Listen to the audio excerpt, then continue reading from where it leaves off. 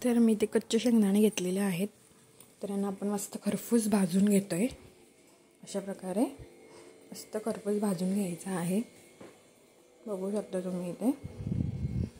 तर खूप छान आपण चटण्या बनवतोय 2 प्रकारच्या.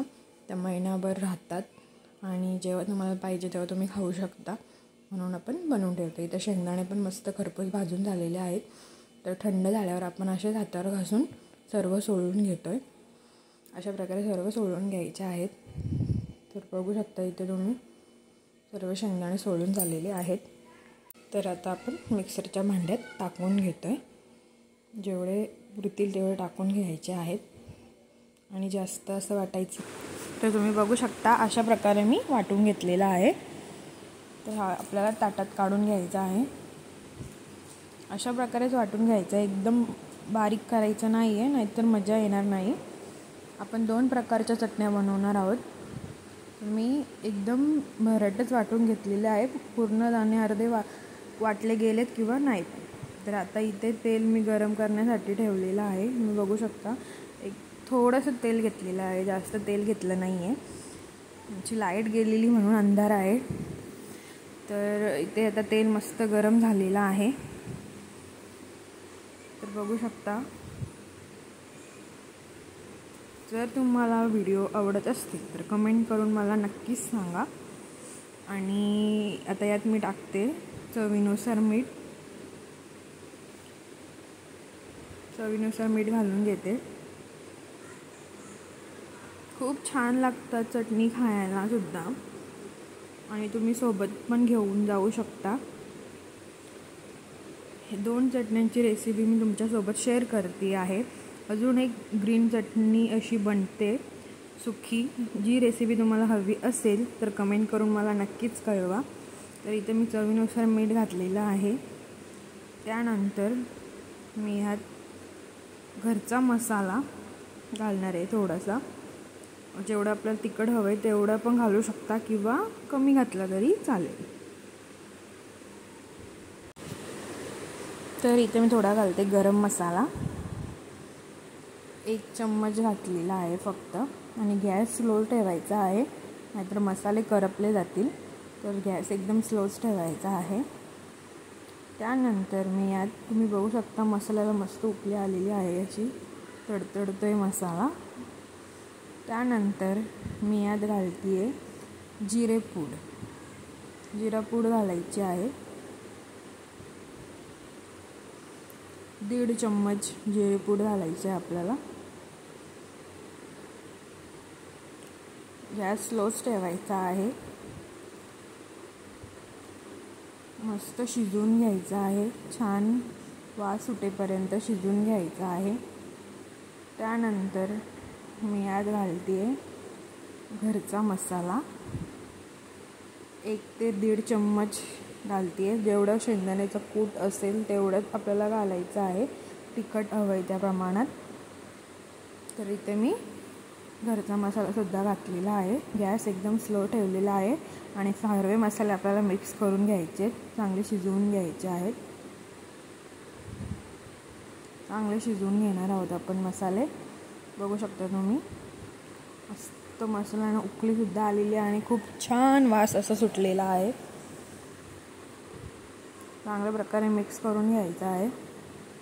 जेवढे मसाले तुम्ही शिजवाल तेवढीच चटणी छान होते. मसाले कच्चे राहिले नाही जात. मसाले जर कच्चे राहिले तर जेवणाला झालं किंवा चटणीला झालं वास सुटला जातो.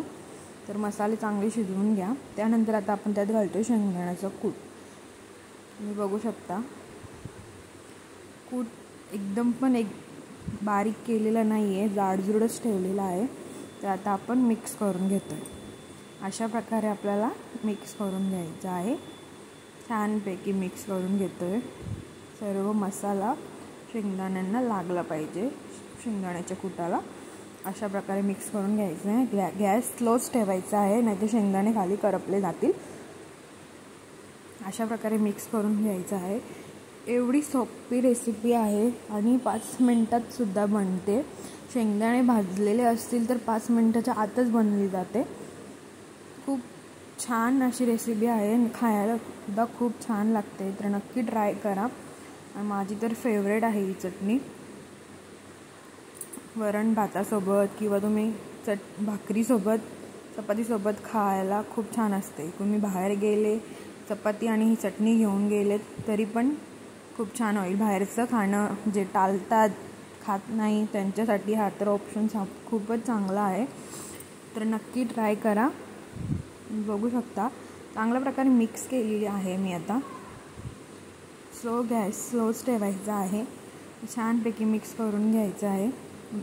जसं जसं मी मिक्स करते तसं चटणीचा कलर चेंज होत चाललेला आहे. मी बघू शकता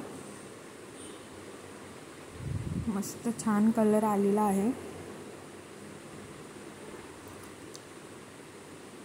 चांगल्या प्रकारे शिजवून घ्यायची आहे. मस्त बारीक गॅसवरच आपल्याला 1 ते 2 मिनटं शिजवायचं आहे. तुम्ही बघू शकता किती छान मस्त चटणी रेडी झालेली आहे. इथे पण अजून आपण शिजवून घेतोय. मस्त एकदम कोरडी चटणी झालेली आहे. बघू शकता शेंगदाण्याचं कूट अशा प्रकारे ठेवा, एकदम बारीक करू नका. तर आपण 1 मिनटं स्लो गॅसवरच शिजवतोय आणि आपण झाकण ठेवणार नाही आहोत. पाणी वगैरे सोडेल म्हणून, वाफेने पाणी जमा होईल त्यात आणि शेंगदाणे चिकट होतील म्हणून आपण झाकण ठेवत नाही आहोत. तर इथे चटणी रेडी आहे आणि गॅस आपण केलेला आहे बंद. तर आपण ताटात काढून घेतोय चटणी आणि हिला थंड होण्यासाठी सोडून देतो. तुम्ही बघू शकता किती छान झालेली आहे, मस्त कलर आलेला आहे.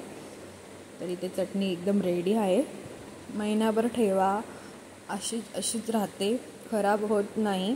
तुम्ही कुठे फिरायला जात असाल तिथे घेऊन जा, खूप चांगली आहे. त्यानंतर आता आपण त्याच भांड्यात खोबरं घेतोय. खोबरं भाजायचं नाही आहे, असंच घ्यायचं आहे. आपण दुसरी चटणी बनवतोय. त्यानंतर मी 1 वाटी इथे भाजलेले शेंगदाणे घेतलेत. जेवढ्या तिखट हवेत तेवढ्या आपल्याला लाल मिरच्या घ्यायच्या आहेत. इथे 7 ते 8 लसणाच्या पाकळ्या आणि बडीशोप घेतलेली आहे. तर काही लोक विचार करतील की चटणीमध्ये बडीशोप, तर खूप छान लागते, खूप चांगली टेस्ट येते. तर नक्की ट्राय करा. त्यानंतर मी इथे घेतले तीळ आणि इथे पण घरचा मसाला टाकल्याने टेस्ट खूपच छान होते. चवीनुसार मीठ घालते आणि आता वाटून घेते. एकदम बारीक करायची आहे, जेवढी बारीक करता येईल तेवढी बारीक करायची आहे. तर इथे ही चटणीसुद्धा खूप रेडी आहे. ही तर 2 ते 3 मिनटातच होऊन जाते, बघू शकता. आणि ही चटणीसुद्धा महिनाभर राहते आणि ही पण तुम्ही सोबत घेऊन जाऊ शकता, अजिबात खराब होत नाही. तर हिला आपण ताटात काढून जरा थंड होण्यासाठी सोडतो. तर तुम्ही विचार कराल की हिला तर आपण शिजवलीच नाही आहे, तर थंड मिक्सरमध्ये वाटताना काही पण वाटलं तरी ते गरम होऊन जातं, म्हणून आपण हिला पूर्ण थंड करून घेतोय. त्यानंतर डब्यात भरून घ्यायचं. तर अशा प्रकारे इथे दोन्ही चटण्या रेडी आहेत. तुम्ही बघू शकता, खायला खूप छान लागतात. तर नक्की ट्राय करा आणि कमेंट करून मला नक्कीच कळवा. थंड झाल्यावर मी डब्यात भरून ठेवते. तर लाईक आणि शेअर करायला विसरू नका.